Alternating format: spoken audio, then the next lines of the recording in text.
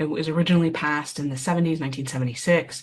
It's been amended several times. Michigan's Elliott-Larsen Civil Rights Act bans discrimination in sectors like employment, housing, and education for things like race and national origin. The most recent change came a few years ago, says Michigan State adjunct law professor Heather Johnson. Governor Whitmer signed this, legislation amended, including sexual orientation, gender identity in 2023. An executive order signed by President Trump this week seeks to eliminate trans athletes from women's sports and penalize groups that don't comply. You will be investigated for violations of Title IX and risk your federal funding. There will be no federal funding.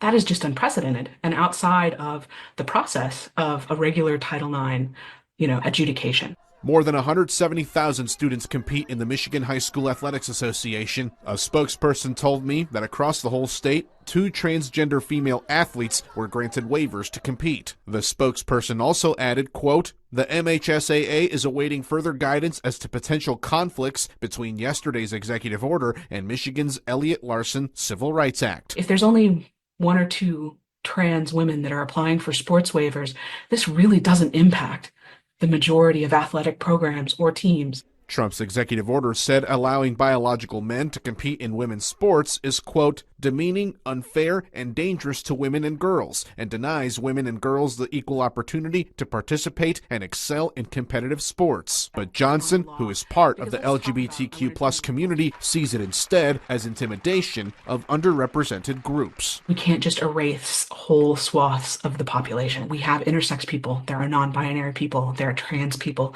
They exist. They are legitimate and they deserve civil rights.